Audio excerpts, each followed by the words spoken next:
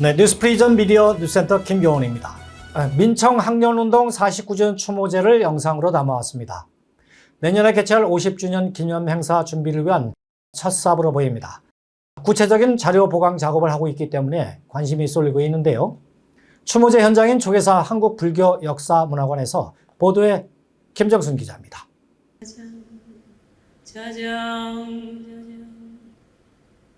부엉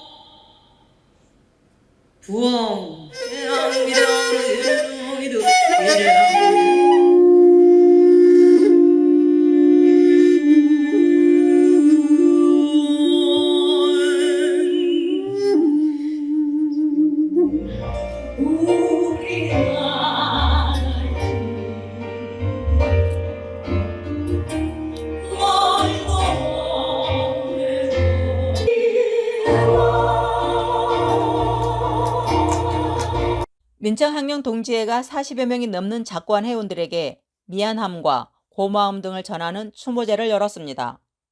추모제에는 민청학년 사건과 제2차 인혁당 사건 등으로 고통을 겪었지만 변함없이 민주화를 위해 노력해온 인사들과 작고한 회원들 유족들입니다. 우리를 깡그리 뒤 엎어버리는 이러한 기가 막힌 시대를 맞고 있습니다. 따라서 우리가 비록 세월이 가고 나이가 들었지만 젊은 후세들을 위해서라도 우리가 이제 죽는 그날까지 민주주의의 씨앗을 되살려낼 수밖에 없다. 그래서 어떠한 권력이 우리 국민을 짓밟으려고 해도 우리는 앞장서서 민주주의를 다시 일으킬 것이다. 그러한 각오를 다지는 행사가 오늘입니다. 네, 내년이면 이제 반백년이 되네요. 그 민주화 운동에 앞장섰던 문익환 목사님의 기일이 1월 18일이에요. 그때 아마 상당한 횃불들이 오를 겁니다.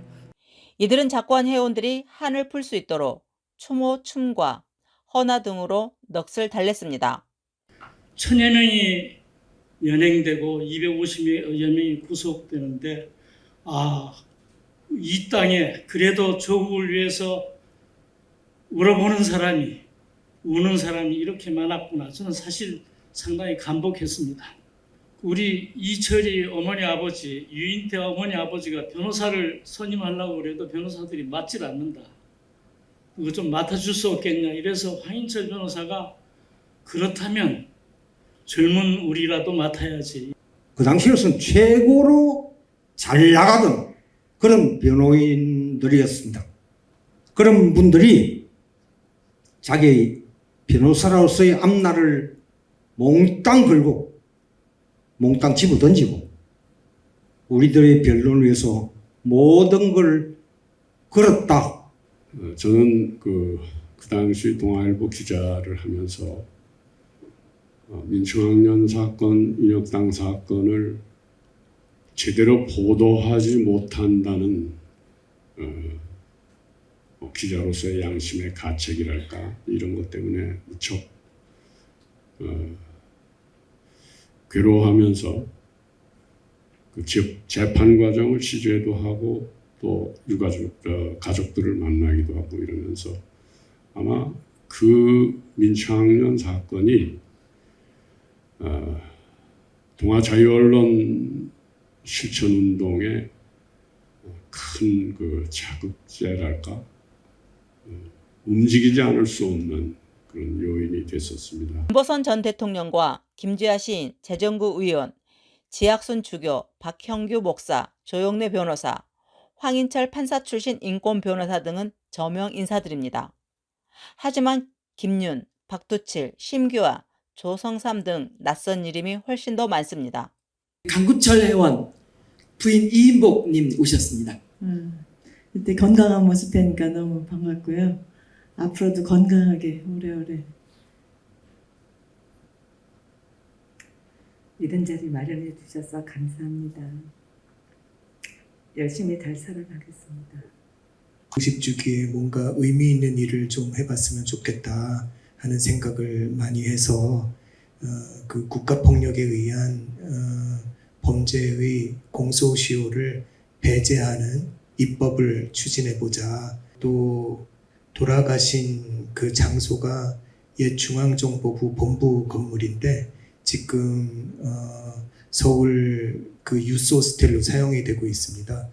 이 장소에 조그맣게라도 거기에 고문을 당하신 피해자들, 희생자들을 위한 어떤 기념비라든가 지금 경북대 여정남 공원에서 영원히 후배들과 함께 사시리라 생각합니다.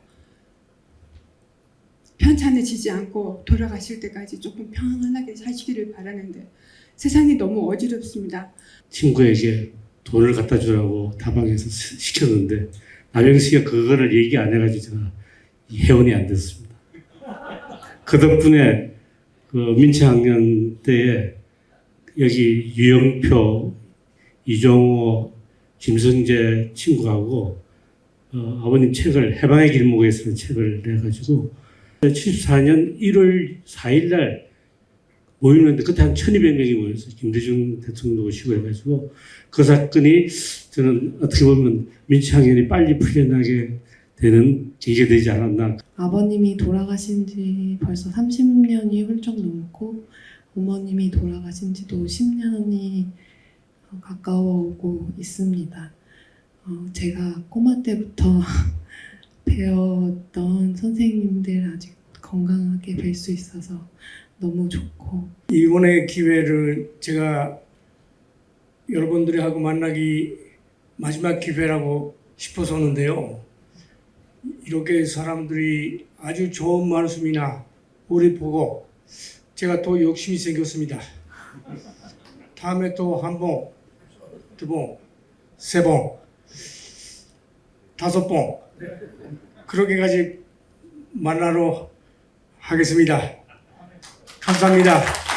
위대한 희생자들, 이들의 죽음을 높이 평가해가지고 계속 기억하는 것은 역사적 문화 혁명운동이라고 저는 간주하면서 오늘날 앞으로의 우리의 행보가 어떻게 살아야 할 것인가, 다가오는 선거에 우리가 어떤 자세로 가져야 될 것인가, 우리가 과거에 용감하게 싸웠던 그것은 자랑만 하고 살 것인가, 우리는 지금 다시 성찰의 할 때가 되지 않았는가. 민청학년에서 막내이지만은 제가 이제 여정남 선배의 바로 직계 후배입니다.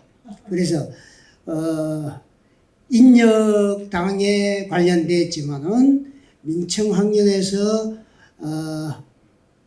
이 회의 때마다 저를 불러주셔서 정말 감사합니다.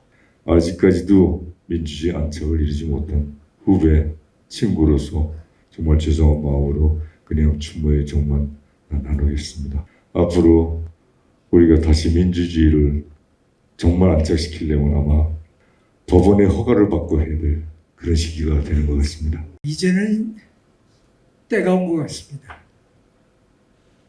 때가 왔을 때 때를 놓치면은 우리는 후회하게 될 것입니다. 박정희 정권은 이들이 반국가 단체인 제2차 인혁당의 배후 조종 아래 노란한 불순 세력이거나 자생적 빨갱이라는 낙인을 찍고 사형과 무기 진역 등을 선고하는 등 엄벌했습니다. 하지만 거의 대부분 형사 재심을 통해 무죄를 선고받았습니다. 모진 고문으로 당사자는 물론 가족까지 심각한 트라우마 등 후유증을 겪었으며 정신분열증에 시달리는 사람도 4명이나 됩니다. 이 가운데 단 1명만이 상당 기간 치료를 받은 뒤 정상적인 사회생활을 하는데 성공했을 뿐 심규하 씨의 경우 후손도 남기지 못하고 3년 전 이승을 떠났습니다. 민청학년 동지에는 사진이나 이력 등이 없는 작고하신 분들 자료 등을 모아 다듬은 뒤 50주년 행사를 의미 있게 추진하겠다는 계획입니다. 민청학년이란 게 사실은 반은 중앙정부 만들어준 조직이에요. 네. 아무 관계도 없는 사람 니들 말에 빨갱이라고 묶어준 거예요. 그리고 우리들끼리도 같은 대학이 아니면 서로 잘 몰라. 오늘이 코로나 이후에 최초로 3년 동안 최초의 모임입니다. 이렇게 여러 사람이 모인 것은. 네. 내년이면 50주년이라고 그러셨는데요. 앞으로 그 음영을 바라보는 거울의 계기가 되었으면 합니다. 50년을 민주화 얘기를 걸었다고 생각했지만 오늘 와서 보니까 정말로 부족한 것도 많고 또 우리가 앞으로 할 일이 뭔가 늙었지만 남아있다고 생각합니다. 다만 그것이 옛날처럼 우리가 앞장서는 방식은 아니지 않을까 이런 생각을 합니다. 지금까지 서울 조계사에서 뉴스 프리전 김정수입니다.